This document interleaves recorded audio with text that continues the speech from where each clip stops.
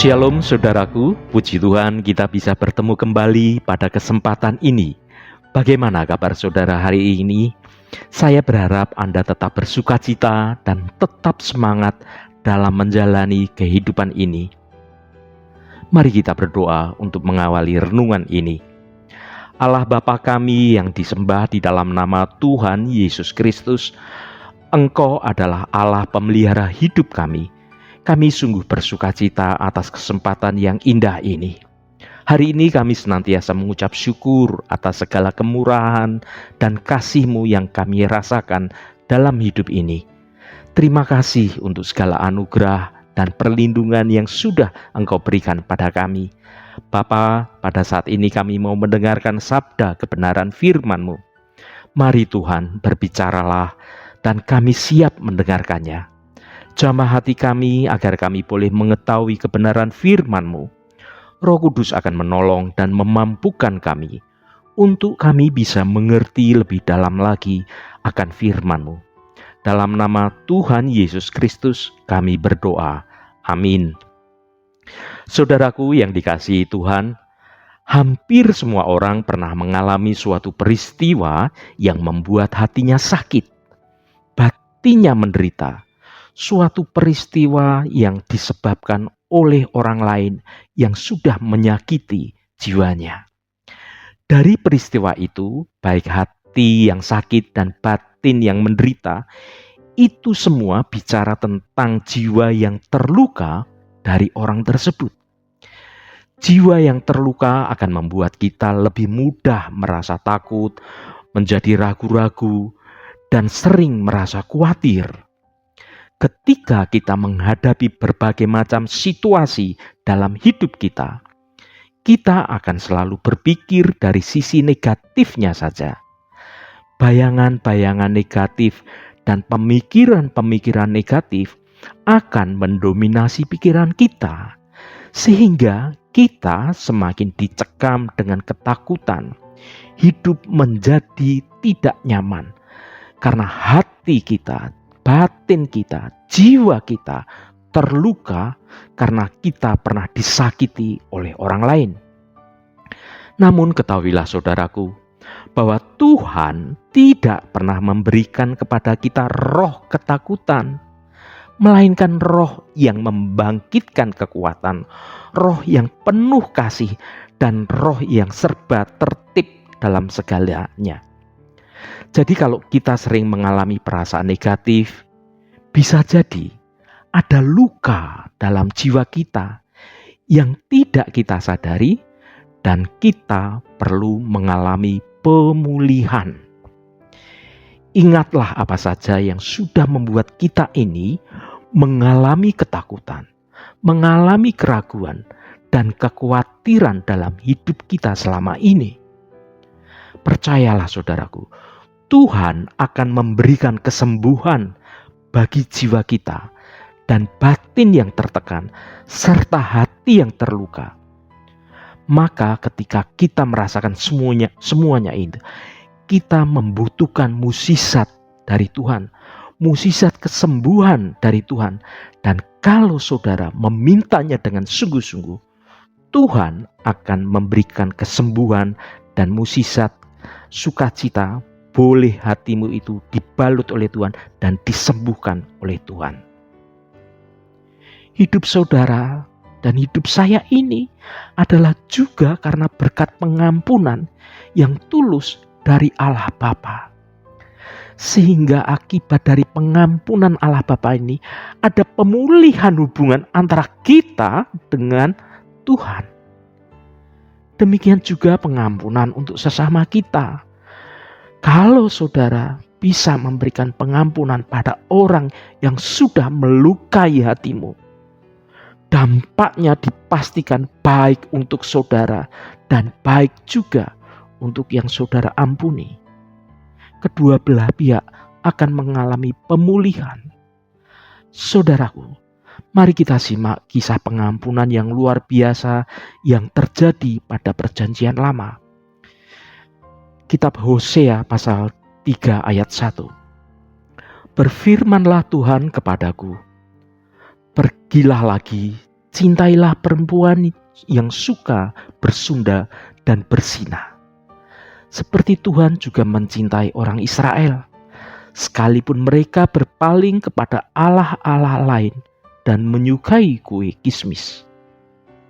Saudaraku, peristiwa Hosea pada Gomer ini bicara tentang ketertundukan Hosea pada Tuhan. Suatu ketertundukan yang disertai dengan hati yang mau mengampuni. Ya, Hosea menaati perintah Allah dengan mengampuni perbuatan sundal Gomer dan menebus senilai harga jual seorang budak perempuan. Hosea pun harus mencintai Gomer kembali seperti cinta mula-mulanya, karena Tuhan yang memerintahkan. Kemudian Gomer harus mengalami masa penyucian dengan tidak disentuh oleh siapapun, termasuk Hosea sendiri. Tanggapan Hosea ini melukiskan kasih Allah dalam menebus manusia yang berdosa, yang tidak sanggup menyelamatkan diri mereka sendiri. Satu-satunya harapan manusia ialah kasih karunia Allah. Melalui kasih Kristus kita diberi kesempatan merasakan kasih dan kekudusan Allah. Kristus adalah harga yang dibayar Allah untuk menebus kita yang berdosa. Kita sudah merasakan kasih Allah yang begitu besar, maka mengampuni bukanlah suatu yang mustahil. Dengan pertolongan Roh Kudus, kita akan dimampukan untuk melepaskan pengampunan, walaupun itu memang tidak mudah. Saudaraku, kita sekarang mengerti bahwa keselamatan yang kita terima ini juga dari hasil pengampunan yang Tuhan anugerahkan pada kita. Oleh karena itu, Tuhan juga meminta kita untuk bisa mengampuni sesama kita. Mengampuni tidak hanya memaafkan, tetapi mengasihi kembali dengan kasih yang tulus hati. Itu Tuhan minta pada kita, itu perintah Tuhan pada kita.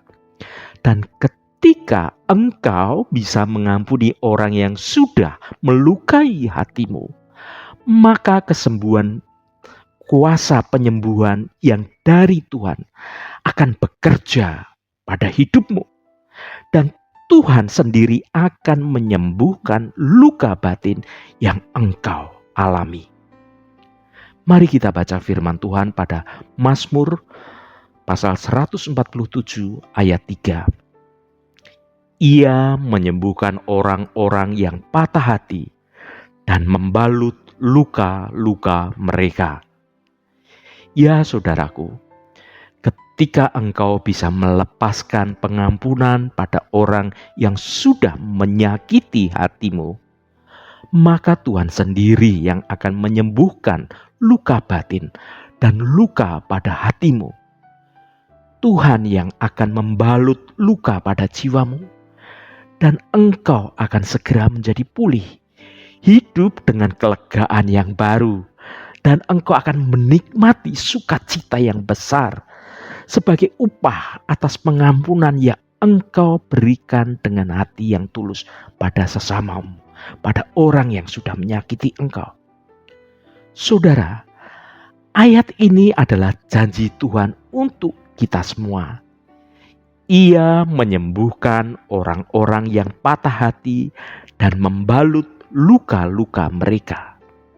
Ini merupakan pernyataan Tuhan bahwa tidak ada yang terlalu rusak yang tidak dapat dipulihkan oleh Tuhan. Tuhan sanggup memulihkan hubungan suami istri yang rusak, hubungan orang tua dan anak yang terpisah karena suatu masalah, masa depan yang suram, jati diri yang hilang, dan lain sebagainya.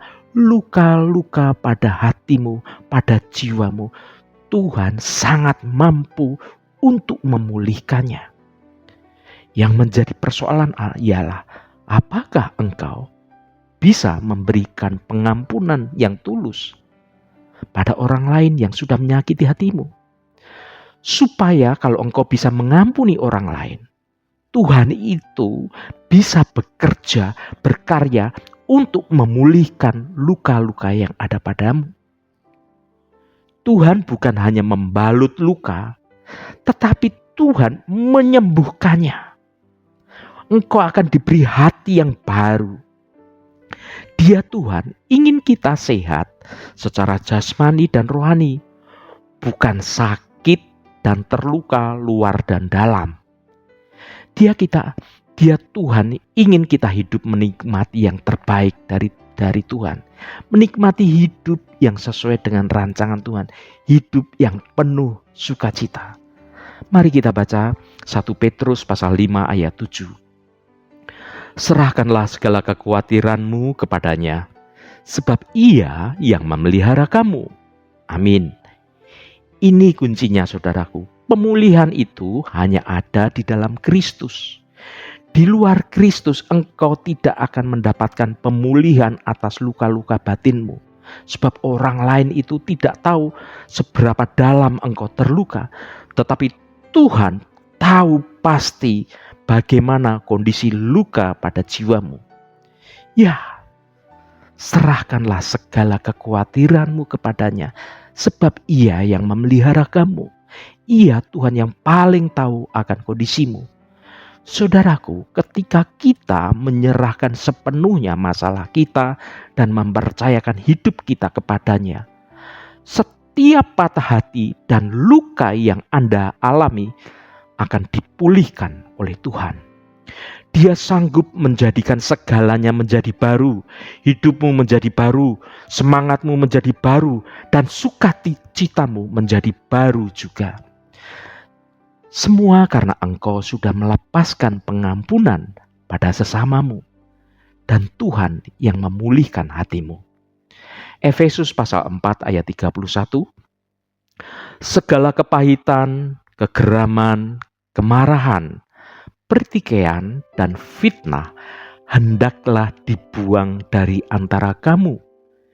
Demikian pula segala kejahatan. Amin. Saudaraku, mengampuni memang bukan perkara mudah, tetapi mengampuni adalah perintah Tuhan yang harus kita kerjakan dengan segenap kekuatan kita sebagai bentuk ketaatan kita pada Tuhan. Ya, hal yang paling sulit dilakukan saat kita disakiti adalah melepaskan pengampunan dengan tulus hati. Jika hati kita sampai dikuasai dengan dendam yang kita simpan terus-menerus, maka akhirnya hal itu akan menjadi akar kepahitan bagi kita. Kepahitan yang mengakar dalam jiwamu. Saat dikuasai oleh akar kepahitan, maka hati kita akan dipenuhi dengan kebencian. Kita akan menjadi sulit mengampuni, bahkan sulit bersukacita. Hidup kita akan menjadi suram karena kita tidak mau melepaskan pengampunan. Kita senantiasa berjalan dengan beban, kemarahan, dan kekecewaan. Ingatlah bahwa firman Tuhan mengatakan supaya kita selalu dapat mengampuni orang yang bersalah kepada kita. Jika kita tidak mengampuni, maka Bapa di surga tidak akan mengampuni kita juga. Yang berikutnya, ciri seseorang yang menyimpan akar kepahitan yaitu mereka cenderung sering menyakiti hati sesamanya dan selalu memiliki pikiran yang negatif. Perkataannya itu sering juga menyakiti orang lain karena di dalam hatinya tersimpan akar kepahitan. Orang yang memiliki akar kepahitan cenderung menjadi masalah bagi sesamanya. Secara kesehatan, akar kepahitan pun dapat membahayakan diri kita karena dapat menimbulkan penyakit pada fisik kita.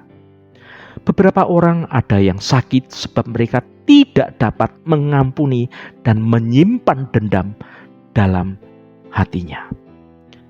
Jauhkanlah hati kita dari akar kepahitan dengan memiliki kerendahan hati, di mana saat ada orang lain yang menyakiti hati kita, haruslah kita memberikan pengampunan seperti halnya Tuhan sudah mengampuni saudara dan saya, sudah mengampuni kita semua.